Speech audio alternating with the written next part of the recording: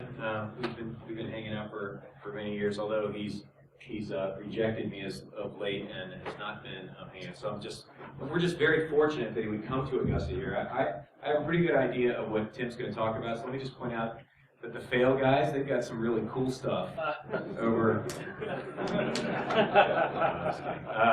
No, but seriously, if you see something, if there's a talk that interested in this one, although Tim's talk is going to be here. It won't hurt my feelings if you walk out. The fail guys have got the lock picks over there, and they're over in UH-170 in the areas right in front of the blue teamers. You know, you get the blue teamers picking the locks, and then they're like, "Ooh, this is really fun." Then they come over to the red team talk. It's like a gateway drug, right? That's what we're doing with it. But with that, welcome Tim Tomes. Hey, thank you, Mr. Mark. I love Augusta. Don't let Mark, but give you guys a misconception about how I feel about Augusta. I spent a lot of time here, actually, about 6 or 7 years of my career, military career, spent in Augusta. A lot of time before board. Anyway, before I jump into mine, I want to caveat something that Chris Grunster said in his last talk real quick, and it's about mentorship. Right? I'm a firm believer that mentorship goes both ways, and that everyone at all times is 2 years behind someone else in their industry and 2 years ahead of someone else in their industry.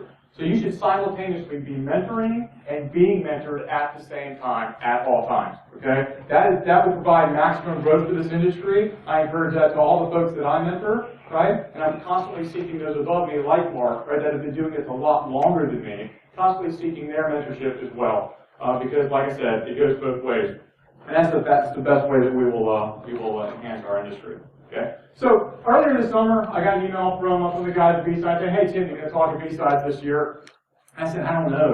Recon Engine's getting kind of old. I'm sure most people have heard of it by now. If not, they've kind of seen something online, they tweet about it. And frankly, I don't think it's all that cool. To be honest with you, I've had people disagree with me. When you stare at the same code for 2 years, it's not cool anymore. All right. As Chris can verify that. Right. It gets old after a while. Right, so Recon Engine wasn't cool to me anymore, but I was starting to play with the Adobe breach data that came out last year, and there was some kind of fun stuff there. Nothing new, nothing groundbreaking, nothing that no one's ever seen before if you've read any articles about it. But I was tinkering around with it, and I said, there's some lessons to be learned in here. I'll talk about this.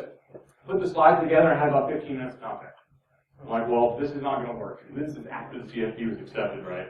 So I went back and started thinking about it, and week after week we see these breaches come out, all this data being dumped. Troy Hunt is constantly tweeting about it. There's other folks. Every week there's information being dumped by hackers that are breaking into websites and stealing credentials. Right? And I got to thinking, well, this is a huge problem. Why don't I just give a talk that addresses this issue, and then maybe somewhere I'll turn on a light bulb in somebody's head, and we'll start to turn this problem around. So that's what this talk is about. We're going to talk about stored password security, and we'll also talk a little bit specifically about the Adobe dump and some of the work that I've been doing there. That's for slides. Okay. So who am I? Well, I'm not going to go into any detail. Just know that all this middle stuff I'm doing to achieve this bottom bullet, and I'm hoping while I'm doing that I'm glorifying the staff here in the upper left-hand corner. So I'm going to give a quick shout out to my buddies at Proper Hackers and Hack Formers while I do that. All right, the agenda. Don't want to spend a whole lot of time talking about the agenda because we're going to hit all of this while we're in it. But we're going to talk about some misconceptions here about these 3 items at the top. We'll address the problem. And then we'll break the problem down into different sections here. As you see, we've got 5 different iterations we're going to go through. We'll talk about different implementations of stored password security. Talk about the individual problems that lie there. Talk about some solutions, and hopefully by the end of the day, we'll all be much, much better at storing passwords in our backend databases. Okay? So disclaimer. I'm not a crypto guy. I don't know anything about crypto. The reason I wrote Recon Engine is because it's simple, it's easy, and I'm not that complex. All right? So, if you see something that's inaccurate here, okay, that's fine. Come forward, please correct me afterward. Please don't be a crypto snob on me. I can't stand crypto snob, and I'm not going to call you out on it. But just be nice about it, because I don't know much about crypto, and I'm admitting it to you right now. But the beauty of this thing is you don't have to know a lot about crypto to store passwords properly. Right? You don't have to know a whole lot about crypto to identify when somebody else has done it wrong as a pen tester and exploit that flaw. Okay? So that's the first disclaimer. Second disclaimer is offensive material as possible. For any of you that have seen a Recon Engine talk before, when we start dumping passwords, you start to learn stuff about people you didn't want to know. Alright? And so you may see some things in here that are slightly offensive. Please, big boys, big girls, we all know what we're getting into here. Please don't send me any emails or email. I appreciate it. Okay? So, misconception here. Encoding is not encryption, it's not hashing. Okay? Now, you're right in saying that, hey, every single one of these transforms data. They all have something in common. You're absolutely right. They have something in common. They transform data. But they have very, very different reasons for transforming that data. And I'm hoping that everyone in here, as a precursor, I had to script like 15 minutes out of this talk. I was going to break each one of these down. I don't have time. So I'm hoping everybody understands these. But basically, encoding transforms data so that it can be consumed by alternate information systems. Okay? Right. Encryption transforms data for what? Confidentiality, to prevent eavesdropping. Right? To prevent someone seeing it that wasn't intended to see it. And then hashing is for validation. Right? We want to validate a piece of data in 2 different places. We can use hashing to do that. Right? So these concepts are extremely important. But the problem is developers are still applying these concepts wrong when they're implementing stored password security or secure stored password storage systems. Okay? How many CISSPs do I have in here? You should see a whole lot of CISSPs because we're in a fairly heavy government area, and that's kind of one of those regulations, right? 50-1, it's been a while, so I don't know what it is. But anyway, this is CISSP level stuff. This is entry level security, okay? And the simple fact that our developers are still doing this stuff wrong means that they don't have even the basics of security in their development practices, okay? And that's a huge problem. And when we break AppSec down all the way to this root level, this is the problem. No secure coding practices training for a lot of our developers. Okay? Huge issue. Second problem is when our developers create a system that stores passwords insecurely, these guys step in and mop it up. Anybody know who these guys are? People seen these folks before? Breach Alarm's a fairly new name. Should I change my password.com rebranded to Breach Alarm? Okay? Homeless, and this is Have I Been Pwned by a website by Troy Hunt. What these folks are doing is when the hacker breaks into your network and dumps your passwords to the internet, these folks are going and collecting them. Now, they all have ignoble calls, right? They all provide this pretty little form that says, put in your email address and we'll let you know if you've been pwned. All right? But in the background, I'm convinced that most of these guys are storing that data, and they're using it in other places. Right? I know for a fact Troy Hunt is storing it, but he's not selling it, he's not distributing it, and he's doing it because he doesn't want to be the guy responsible for that. I trust Troy Hunt, because I know him well, and he's a really good dude. Breach Alarm, don't know these guys at all. They say that they don't store that stuff. I don't believe them. Alright? Homeless does store it, and they'll sell it to you. Okay? Homeless is selling that stuff. It's ridiculously expensive for those of you that have ever gone and looked at what it costs to gain access to their API, but it's not cheap. It starts at $60,000 a year. Alright? And that's for 1 million requests, which goes really, really fast. Right? Especially since it's 10,000 requests dumping into the domain for the data. So, alright, so these guys are going out and storing that data and then making it available, which means now you have all of this information that's being harvested and possibly sold off to what, third countries that are adversaries, right? Or maybe some adversaries with some funding, right? So some sort of sponsorship there. Yeah, it's expensive, but it's accessible, and that's the point. So we've got a problem. Now what I want to do is I want to go into a couple different password store systems that I encounter while I pen test, and I want to talk through each of them independently, kind of show you an example of what they look like, and then we'll dig into some of the problems, specific problems and solutions and how we can fix this stuff. The first one I want to talk about is encoded or plain text and implementation of stored password security. I call this stored password insecurity. Okay? And basically, it's real simple. Here's our user table. We got a username, and we got a password, and the password's in clear text. So it's literally, like here, you're going to see some pseudocode under each of these diagrams that I do. Typically, we're trying to create some sort of protected form. I refuse to put protected for this, because it's not, right? It's just straight up clear text. Really simple. So what are some characteristics of this? Well, man, you got a really simple password recovery system, right? All you have to do is say, hey, I lost my password. Here's, the answer to here's my name, my first pet, and well, here's your password. And they can give it right back to you. You don't even have to change it. You don't have to go through a complex email swapping system or any of that stuff. Real simple password recovery system. These folks are typically, folks doing this get caught real quick. How many of you have seen a password in your email before? Your straight up password sent to you, right? Those people should be on plaintextdefenders.com if they're not submitted. Because that's what they're doing. Right? If they can give you your plaintext password, they have to have access to the plaintext password. Okay. So it's functionally simple, yes, but incredibly unsafe. The next thing is, because of this, we have unpredictable resource requirements, and this leads to length restrictions. Well, what does that mean? What if I create a 10 gigabyte password? You going to store all that? And what if you don't have 10 gigabytes of space within your storage? Okay, can I conduct a denial of service attack against your database or against that server because I fill up the hard drive by slamming huge passwords in there? And so what happens is these folks go in and say, well, we're going to institute a length requirement. Okay? And what does that end up being? About 8 characters? Yeah? Ends up being about 8 characters, right? And then we say, oh, and by the way, you can't use exclamation points, single tigs, double quotes, or anything which screams SQL injectable, right? So we have this problem here that we've got unpredictable resource requirements now, and that leads to length restrictions, which what weakens our passwords. Okay?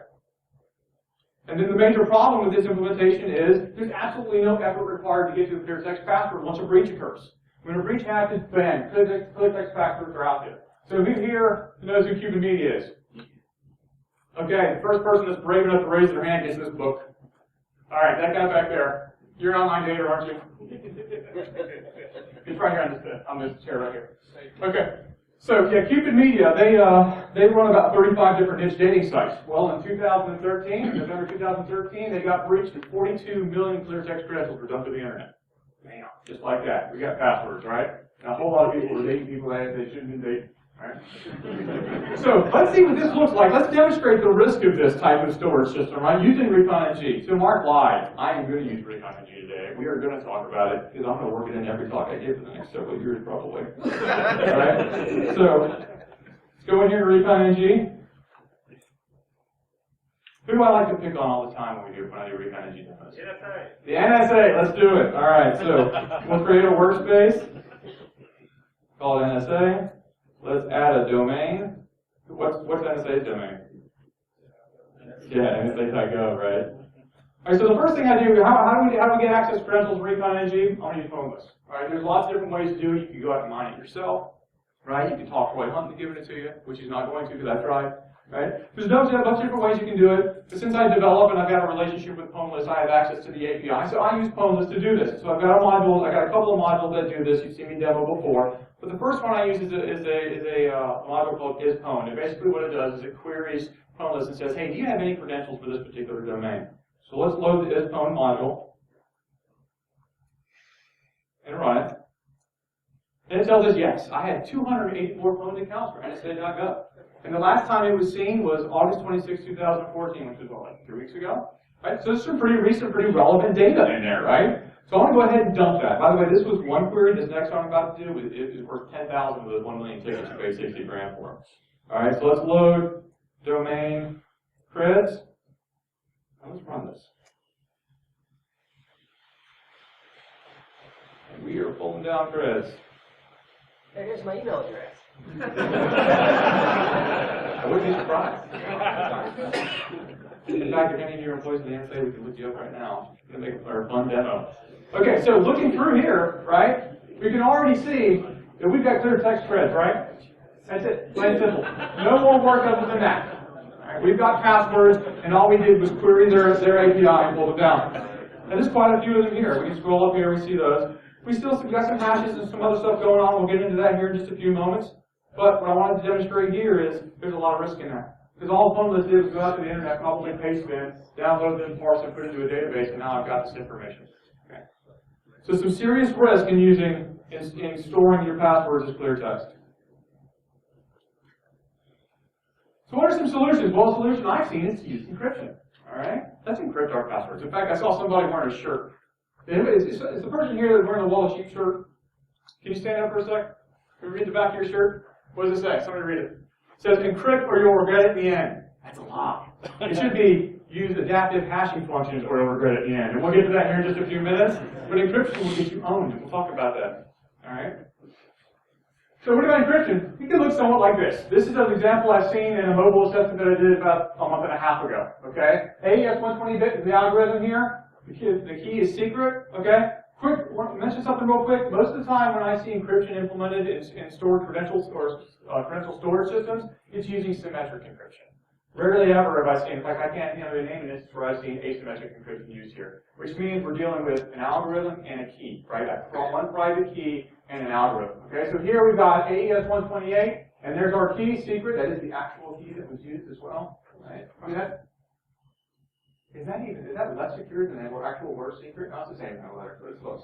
All right, but you see here we've got our pseudocode here. We're passing in our password, our key to the encryption function. It encrypts it, and then encodes it, and it sends it in protected. Now the reason why it encodes it, right? You don't have to do it this way. Like you can store binary data, You can store binary data in your database. However, most of the times I see it stored as plain text in some sort of varchar field within the database. And so in order to do that, they've got to encode it into something, into a different form that is consumable by a plain text field. And in this particular case, it's base 64. So here's an example of encoding versus encryption. The encryption happens here. All the encoding does is change it so it can be stored there, but that's easily reversible back to its binary form. Okay? So here we've got our binary blob encoded and stored in the database.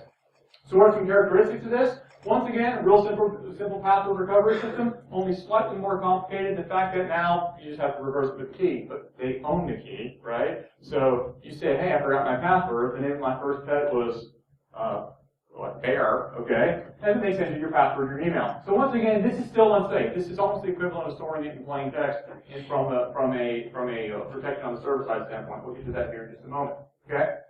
So other characteristics here is you have to be concerned with encryption key storage. Okay, we'll chat about that more in here in just a few minutes. Once again, we got unpredictable resource requirements leading to length restrictions, because in most cases our ciphertext is in some way related to the length of our plain text, okay, when we're dealing with encryption. So we still have that problem that we have to deal with, and what do? We end up loosening the restrictions and creating weaker passwords as a result. Okay? Something very, very important about using encryption systems. There are 4 elements to this. Okay? Your security is based on both the algorithm that's used, the cipher mode that's used, the key storage system, and the key itself, the strength of the key itself. And those are 4 items that we're going to revisit every time we talk about encrypting passwords for our database, for our storage systems. Okay? So what are some problems with this? Well, if you got the key, you can decrypt the credentials. This depends on the level of access, the level of compromise of the target, right? So if I compromise the server and all I have is SQL injection against the user table, I may be able to pull the credit, but I may not have access to the key. But if I'm coming in through the network, I'm looking for the key. And I'm going to try to find out where it's stored. I'm going to try to gain access to it. If I've got access to the source code, I'm going to try to find out hard-coded there. All the different ways to approach that. If that's not an avenue of attack, then maybe we can take advantage of weak algorithms or cipher modes. Okay? So let's jump over the solutions to that now. Let's talk about a case study. Anybody remember this? Yeah? Largest data breach from a single source in recorded history. Now, I'm waiting for someone to say, Russia released 1.2 billion last week, or last month. That was 420,000 different sources of passwords, okay? Single source, Adobe's still the largest. Who has a username that was in this dump? Okay, you get a book. Everybody was in this dump, right? I know that he's not the only one. There's only 2 people that raised their hand. There's probably about 90% of the room is in this dump. So huge password dump, okay? And so what we're going to do is, Adobe used encryption, right? They use encryption to store their passwords, right? We're going to go through, we're going to break it down according to those 4 elements I talked about in the first slide, and kind of break down their issue and find out where it happened. So first we're going to look at the key components. Remember there's 4 of them: key storage mechanism, key strength, the algorithm, and the cipher mode. Well, in terms of key mechanism and key strength, they're unknowns to us. Okay? Now, one thing that's really, really interesting to me is that Adobe claims that it was a sophisticated attack on the network, right? And then it led to access of customer information and source code. If I had that information, I got the key. If I got this much access, I'm not leaving without the key. So either they didn't release the key, or they didn't bother looking for it. They just wanted to find Adobe. Alright, which they did a pretty good job of, okay? So the storage mechanism is not known here because it wasn't disclosed. Kind of the same thing with the key. They didn't disclose the key with it. Adobe didn't tell us what the key was, and to my knowledge, no one at this point has actually cracked the key. I'm not working on cracking the key. What we're going to talk about is kind of a different approach to cracking passwords for Adobe. I'm not cracking the key. If somebody wants to go for it, that's fine. But at this point in time, it's not been cracked. We don't know about it, so I'm going to assume it's a strong key. So these 2 particular areas right here, Adobe's doing all right. We assume they're doing okay. We've not found the problem yet. So what about the algorithm? Okay, well, let's start to break these ciphertexts down to try to determine what the algorithm is. You see right off the bat that there's definitely some pattern here of recognition, right? But the first thing we want to do is we want to break it down into hexadecimal form. And when we break it down into hexadecimal form, we immediately see we got 16, looks like to be 16 character blocks, right? In this particular case, 16 characters is 8 bytes because it's hexadecimal, okay? So we've got 8-byte blocks, right? Well, 8-byte blocks equals 64 bits. And we have a couple of options when we talk about 64-bit block ciphers: IDEA, DES, and triple DES. So this is where we were at in determining which algorithm was used when Adobe came out and said, yes, we were using triple DES. Okay? Is triple DES still approved for use in the United States government? Absolutely it is, right? NIST approved in some cipher modes, not all of them, but in some cipher modes, it is approved for use by the United States government. So what do I say? This is not Adobe's problem. The algorithm is not an issue for Adobe. So they got 3 out of 4 right at this point. Okay? They're doing okay. So before we jump into what mode Adobe was using, let's talk a little bit about modes. Alright, so there's this thing called electronic code book, and then there's everything else. Alright, electronic code book is known as a raw mode or a raw cipher mode. And the reason why is because there's absolutely no chaining involved, and there's no initialization vector. You don't have to be a crypto person. I'm going to tell you what an initialization vector is. It's randomness that's introduced to the encryption process to prevent information in, the same information in, appearing the same when it comes out. Okay? So if I have random data going into all these, it's kind of like salting a hash. For those of you that, we'll talk a little more about that here in a little while. But it's randomness going in that affects how each block along the chain looks. Okay? Right? So it's completely wide open, which means if I had the same ciphertext in the first block, different in the second, and the same in the third, right? Or plain text, I'm sorry, going in. Plain text in the first and the third, but not the second. Well, the ciphertext of the first and the third block are going to be the same. And so I can start to see patterns in this, right? And if any of you have seen ECB mode encryption done on an image and what it looks like after it's been encrypted, anybody look at an example of that? It's wicked cool. You can still see the image. Because all the patterns are still there, the colors just change, right? So it's really, really interesting. This is bad, okay? So let's look at what Adobe's doing. It doesn't take us long to find out that we've got repeating blocks. This is the top 10 passwords in the dump. Right here, the top 10 most common ciphertext in the dump, broken down hexadecimally, and I took the blocks out and sorted them. We can see we've got repeating blocks already. And we can actually look at the ciphertext right here and see 1 through 8 is exactly the same block. And then here, which is our null byte character padded out to 8 bytes, is the same. Okay? So we're working with ECB here, and this is where we're going to bust Adobe in the forehead. Okay? This is where their problem is. So how are we going to crack this knowing you're using ECB? 1 out of 4. Another quick note on this real quick. Defenders, got to be right 100% of the time, right? Attackers only got to be right once. And this is our goal. You did 75% of the way right. This is why encryption is not the answer, because there's a lot of moving parts. You've got 4 different things that you're concerned about here, and these are just the upper level things. When you start digging out each one of these, you've got to really know your stuff, okay? So here, you've got 4 things that can go wrong. It's more complex than it needs to be, and we'll see moving forward. But this is the problem. This is how we're going to crack it. First, you just select a random ciphertext that you want to attack, or it doesn't have to be random. It could be your CEO, right? It could be a target at the NSA. Anyways, then you go in and you analyze the hints. Well, wait a second. Where do these hints come from? Guess what? This breach included all the hints to everybody's passwords. Okay? So we've got additional information baked into this particular breach that really helps us in attacking this ciphertext. You can analyze hints in a couple of ways. You can look at the full ciphertext. Okay? We can just search the dump for the full ciphertext and look at all the hints associated with that full ciphertext and try to break the whole thing at once. However, there's some ciphertexts that don't have hints. Right? Some people just didn't put hints in there. And so in order to break those, what you can do is you can break them down into the individual blocks and then look at the hints for other passwords that use those blocks and then start to break apart chunks of the clear text. All right? And so you're going to see as we go through this demonstration here in a minute, we have bits and pieces of passwords, a lot of different passwords. We have some that are full and then some that are bits and pieces, but we can start to build this thing. All right? So as you guess, when you look at the hint, you start to guess the plain text.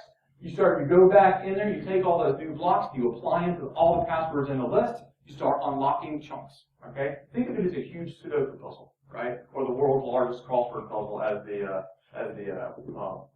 famous cartoon to often put it. All right? I think you know these CEO's passwords. So what does this mean right here? First thing I did at Invisium was I was sitting there one night, I'm like, man, I wonder if Invisium's getting stuff out there on this, just horsing around. Dumped it, one credential. The one credential was the CEO's. And it was in this one right here. I didn't have any blocks unlocked to decrypt any of his, to reverse his ciphertext at that point. So I went back, used some of the hints from other people, because he did not put a hint in there. Was able to crack his password. It was 12 characters.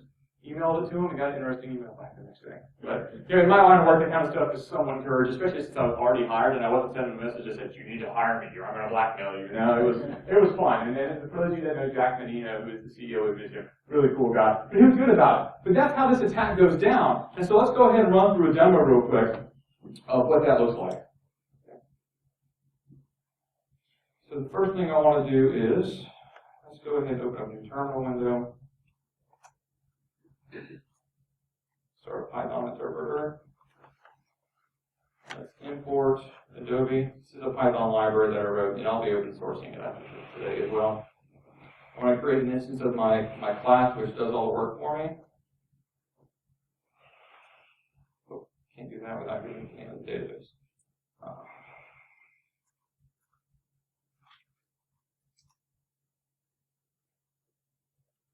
All right, so this is just quickly what this particular library does. It allows you to crack hashes using uncipher blocks, so you give it a JSON dictionary cipher block, so crack it. You can create a block database, a JSON block database based on all the stuff you've already, all the plain ciphertext you've already cracked within the database. You can do the same thing to create a list of those hashes.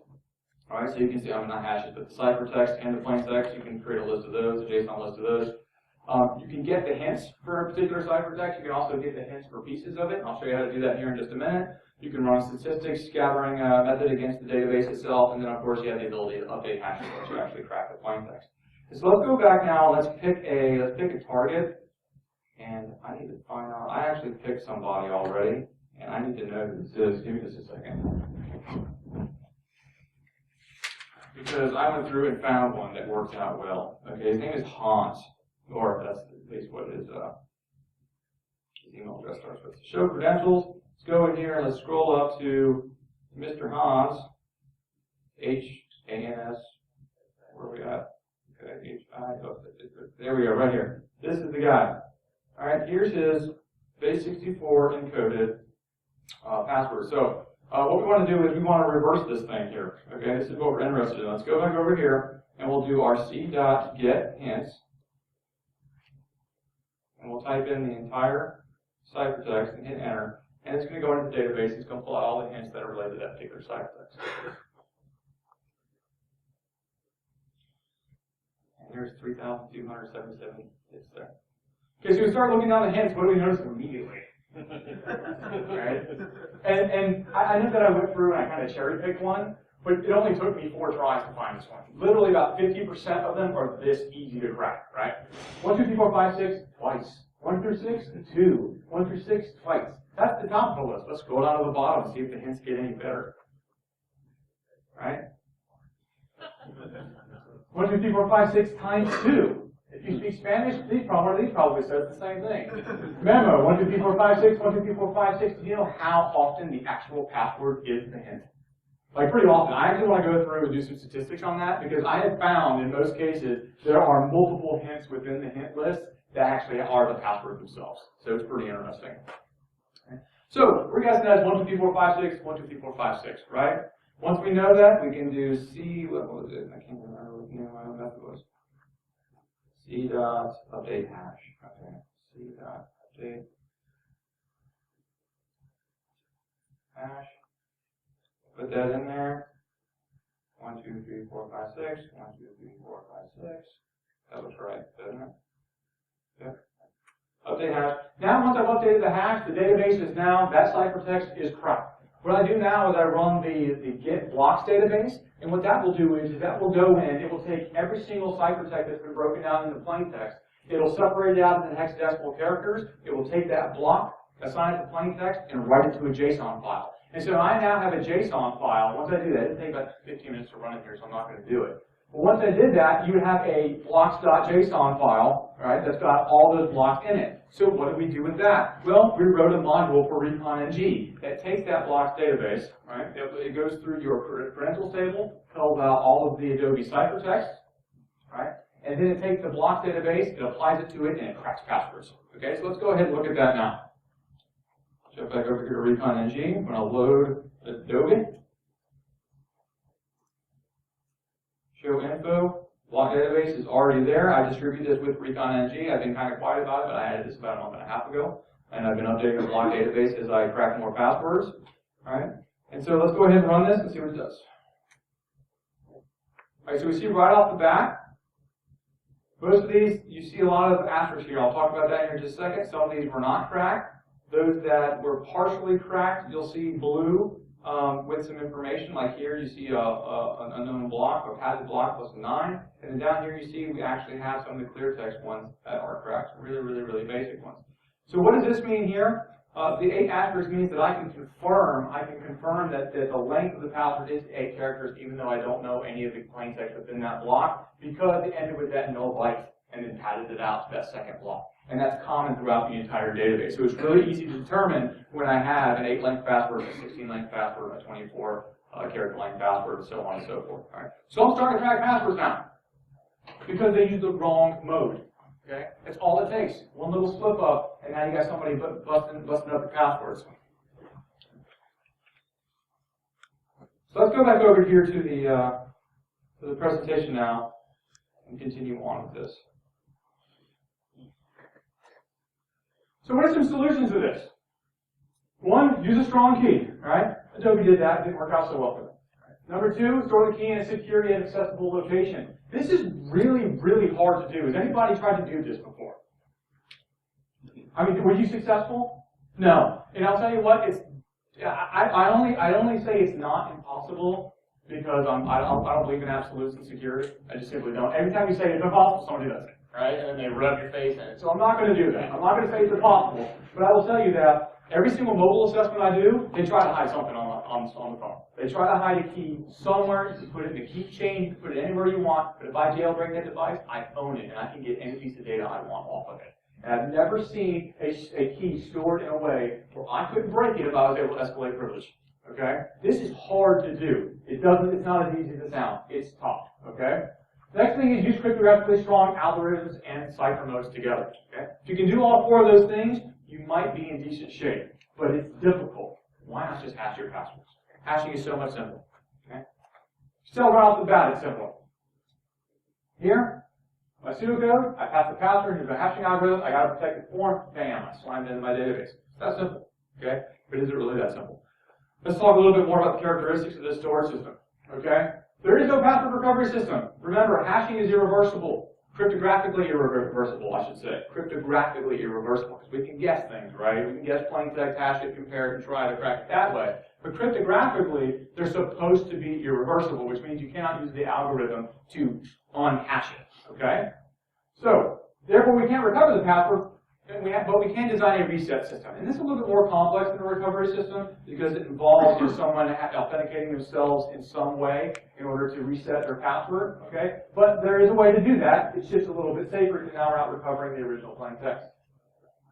Predictable resource requirements. Finally, we have some predictable resource requirements. And the reason being is because hashes have what? Fixed length output, right? No matter what you cram in, it's always going to be the same length on the output. So now you can have a 10 gigabyte password. Guess what? User child 1 is going to be 40 characters long. So you know, you've got predictable length output here, so you know what your resource requirements need to be based on how big your user table is going to be, and therefore you can allow unlimited length passwords, any character you want, as long as you're, not vulnerable to SQL injection, right? Just be smart about how you develop the system. But basically, unlimited length passwords here, this is a much better solution in terms of password strength, security. Right? And once again, the results should be cryptographically irreversible. So what are some of the problems we have? Well, all I got to do is create one lookup table for the hashing algorithm you're using, and then I can crack passwords with it. I can try to reverse those, not cryptographically, but I can just create this huge table that takes every possible value between 0 alone and whatever the word is at the end of a 15-character rainbow table, right? Create this huge lookup table, and then apply it to your hashes and reverse them that way. Okay? The other thing is that these types of hashes are likely indexed by search engines or collected by hash collectors. And we'll talk more about that here in just a moment. What's a good example of this right here? Stratfor, December 2012. They hashed their passwords. 860,000 of them were disclosed to the internet. Do you think there was any risk in those being reversed? Absolutely there was. I'm going to show you right now. All right? So let's do it. What does this look like? Going back into Recon NG, I want to show. Actually, let's just do this.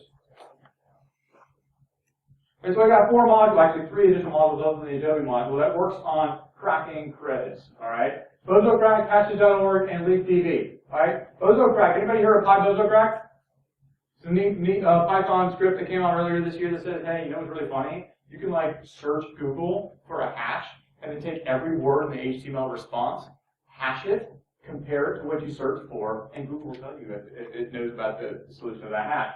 That's a great idea, but you're only implementing MD5. I took that and I implemented every single hashing algorithm that Python supports It goes through, it searches Google for that hash, it takes the HTML, it parses out every single word in the response, hashes them all, and compares it, and tries to find out if Google knows about that particular hash and what the plain text is. Right? So we've got that one that does it that way, it uses search engines. And then hashes.org and LeakDB are hash collectors. So when people crack hashes, they can submit them to these resources here. I'm pretty sure these guys are also doing some hash cracking in the background on their own, right? And since there's no salt involved, it's going to, if we hash it locally or they hash it there, the output is the same, right? So we can go and we can look at their, we can use their APIs to actually look up the ciphertext or the hash. Look up the hash to see if they know what the plain text is. So let's run a couple of these modules. The first one I want to run is the BSidesAugusta module. Run it.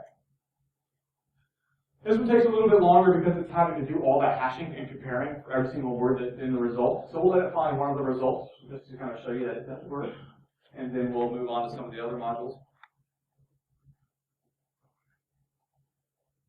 There we go. Right? Found one there. Pretty cool, right? We got one way we can reverse these hashes. And by the way, these hashes are all coming from the Decryption database. All right, it's pulling all of those, everything it recognizes as a hash from that Decryption database, and it's now using those as input for this particular module. So let's load let's do LeakDB next. On this one, these are much quicker. The APIs are a little better.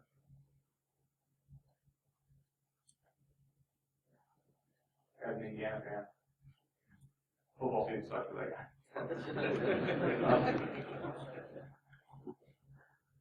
Alright, so LeakDB, we've got one additional one. Let's load hashes.org. Run this one.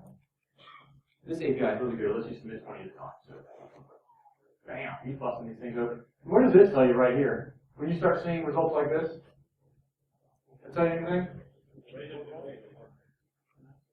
Randomly generated passwords probably on behalf of the user, but this guy's probably cracking hashes in the background. These are all short enough that he's probably got a lookup table, and he's looking up your hashes.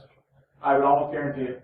Yeah, either that or there's by some off chance these are all collisions, which I highly doubt, right? But it's a possibility that there are collisions and they're using some sort of salt, right? There's some sort of salted hash and there's a collision there, but I doubt it. It's probably brute force and the user using random passwords. So this is the risk.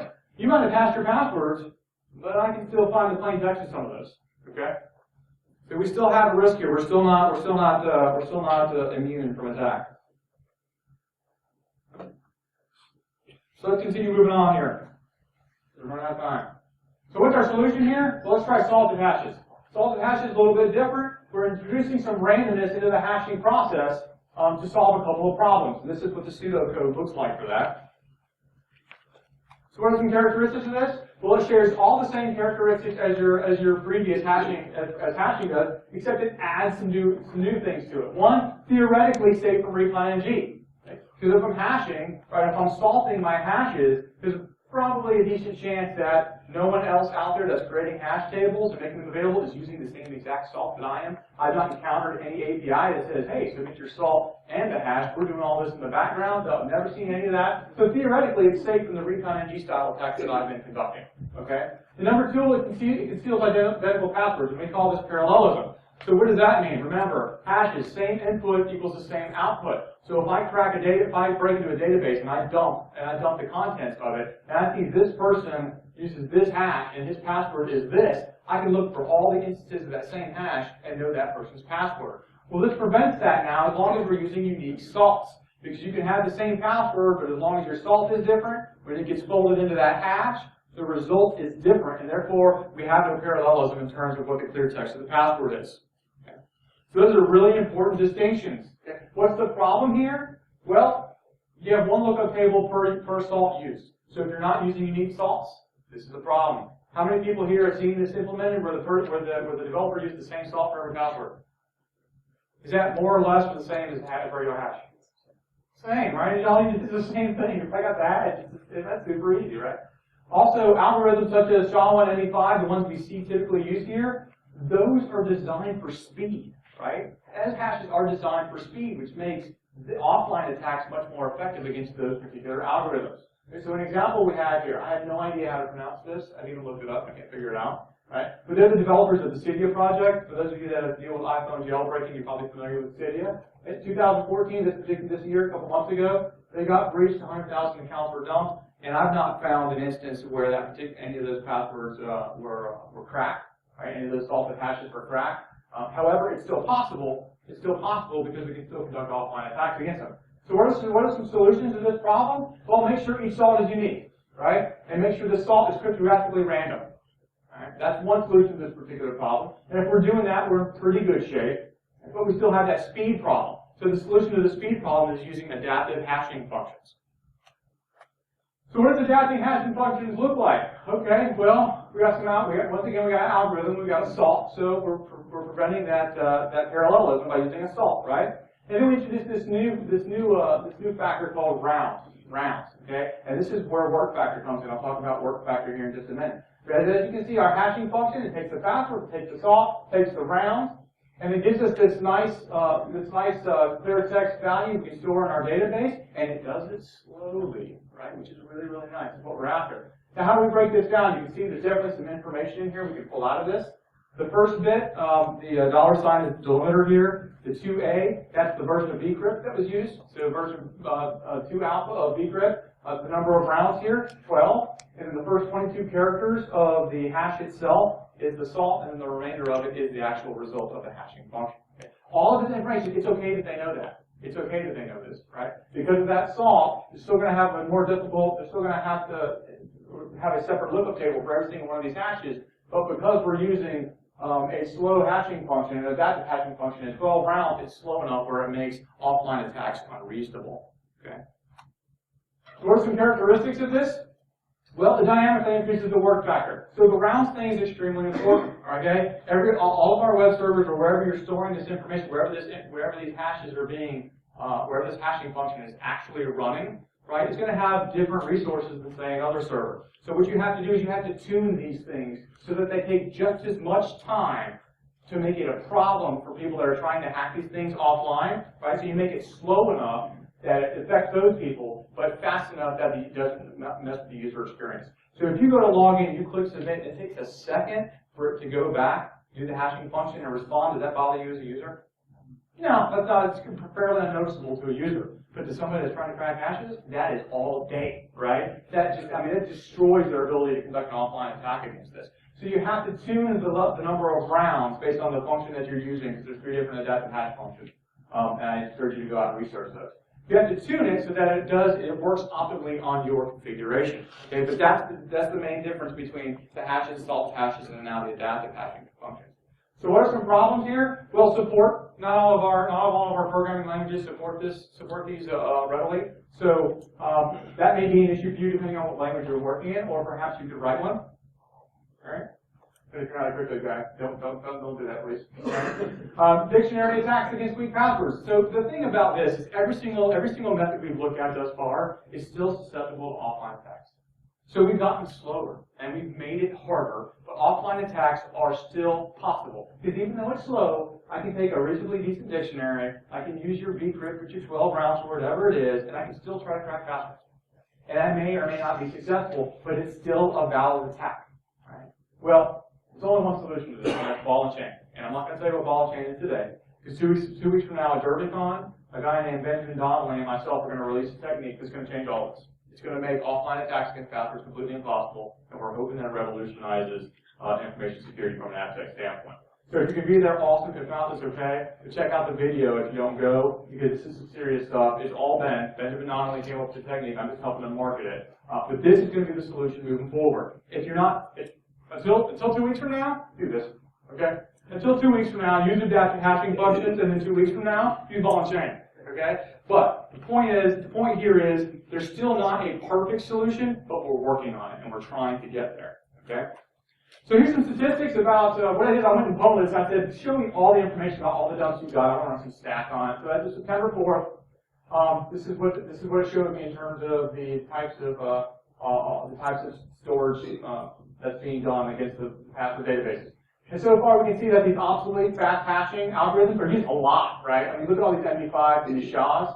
Right? Those are fast hashing algorithms, and they're being used quite frequently, which tells us what? that people don't understand the purpose of those hashing functions. Those hashing functions are designed to be quick.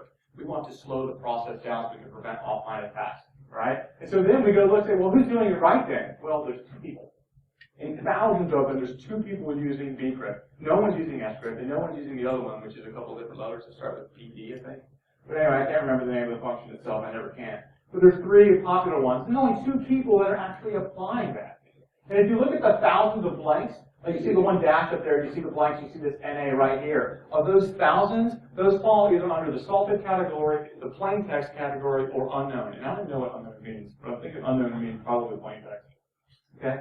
And so I did a search of all those thousands to find out how many times salt showed up in the description, and it was 30 times, which means most of those thousands of dumps are clear text. Right? This is still a problem. It's not getting any better. This is just a week ago or so. Right? So this is a huge problem, and we've got to fix this moving forward. All right, to summarize, all right, encoding is not encryption, is not hashing. You've got to teach your developers this stuff. And if you're a developer, you got to go out and learn this stuff. All right, this is critical because it's going to factor in how you implement these systems. Okay, use a different random salts and slow hashing functions when you're storing credentials. Okay, until next week, this is the way you need to do it. All right, and then if you don't feel like implementing ball and chain, continue to do it this way because it's the safest of our other available options. All right, help me reverse Adobe cipher blocks. I'm going to put the database on the USB stick. All right, if you want it, it's about 9 gigs. If you want it, I'll provide that database to you so you can help me start cracking these things. All I ask is that you run that create blocks DB method and shoot me the blocks that you crack. All right. So we can talk more about that, addressing me individually if you're interested in doing that. Attend Kirbycon if you can for the release of Ball and Chain. That would be really, really cool. And always design your password storing systems, assuming that it's eventually going to get compromised. All right. Always do that. If you're doing that, then at least you're approaching it with the right mindset.